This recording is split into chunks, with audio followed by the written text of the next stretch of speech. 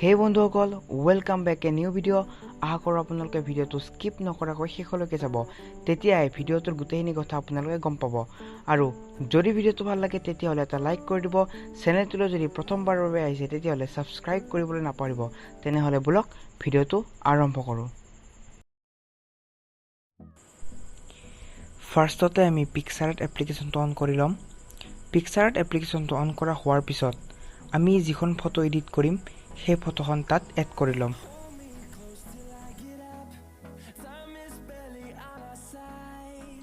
ফটোখন এড হৈ যোৱাৰ পিছত আমি নেটটো অন কৰি ল'ম আৰু ষ্টিকাৰ অপশ্যনটোত ক্লিক কৰি দিম। ষ্টিকাৰ অপশ্যনটোত ক্লিক কৰাৰ পাছত ওপৰৰ চাৰ্চ অপশ্যনটোত ক্লিক কৰিম আৰু আপোনালোকৰ যিবোৰ ভাল পোৱা কাৰ্টুন আছে সেইবোৰৰ নাম ইয়াতে লিখি আপোনালোকে চাৰ্চ কৰি ল'ব পাৰে। তো মই আপোনালোকক দেখাবৰ বাবে নবিতা বুলি ইয়াত চাৰ্চ কৰি দিম আৰু নবিতা বুলি চাৰ্চ কৰি দিয়াৰ লগে লগে ইয়াত অকল নবিতাৰ ষ্টিকাৰবিলাক আহি যাব। এয়া আপোনালোকে দেখিছে নবিতাৰ ষ্টিকাৰবিলাক আহি গ'ল। তো ইয়াৰ পৰা আপোনালোকে যিকোনো এটা ষ্টিকাৰ লৈ ল'ব। তো মই এইটো ষ্টিকাৰ লৈ লৈছোঁ আৰু তাৰ পাছত আপোনালোকৰ যিখন ফটো আছে এই ফটোখনৰ মুখখনৰ লগত ভালদৰে মিলাই পেলাই লগাই দিব, যাতে আপোনালোকৰ মুখখন দেখা নাপায়। তো এনেদৰে ভালদৰে মুখখনৰ ওপৰত মিলাই পেলাই লগাই দিব আৰু তাৰ পাছত যদি কিবা বাকী থকা অংশ থাকে ধুনীয়াকৈ মচি দিব। তো এনেদৰে ফটোখনৰ ওপৰত ভালদৰে মিলাই পেলাই লগাই দিব।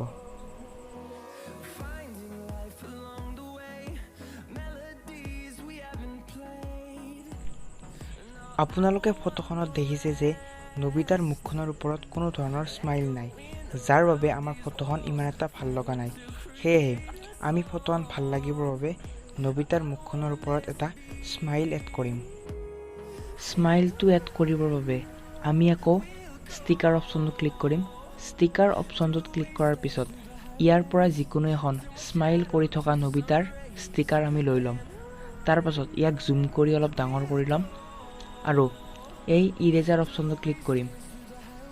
ইৰেজাৰ অপশ্যনটো ক্লিক কৰাৰ পিছত এই ষ্টিকাৰটোৰ স্মাইলটোৰ বাহিৰে বাকী গোটেই মুখখন আমি মচি দিম।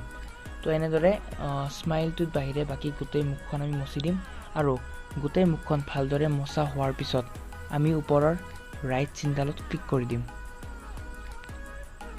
ৰাইট চিনডালত ক্লিক কৰাৰ পাছত ইয়াৰ যিটো অপেচিটি আছে সেইটো আমি মাইনাছ কৰি ল'ম, যাতে এই মুখখন ট্ৰান্সপেৰেণ্ট হৈ যায় আৰু আমি আগৰ মুখখনৰ ঠাইত ভালদৰে মিলাই পেলাই লগাই দিব পাৰোঁ।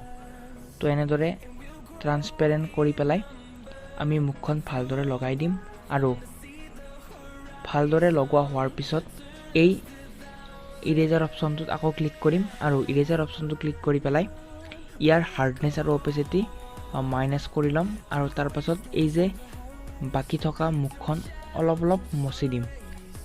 তো এনেদৰে গম নোপোৱাকৈ মচি দিব, যাতে এই স্মাইলটো ৰিয়েল যেন লাগে। তাৰ পাছত আকৌ ওপৰৰ ৰাইট চিনডালত ক্লিক কৰি দিম আৰু ইয়াৰ যিটো অপেচিটি আছে সেইটো 100 কৰি দিম। তো এনেদৰে ভালদৰে মুখখন মিলাই ল'ম আৰু ওপৰৰ ৰাইট চিনডালত ক্লিক কৰি দিম। তাৰ পাছত এইটো ইয়াত ছেভ হৈ যাব আৰু ওপৰৰ কাৰ চিনডালত ক্লিক কৰি পেলাই আমি এই ফটোখন গেলাৰীত ছেভ কৰি ল'ম।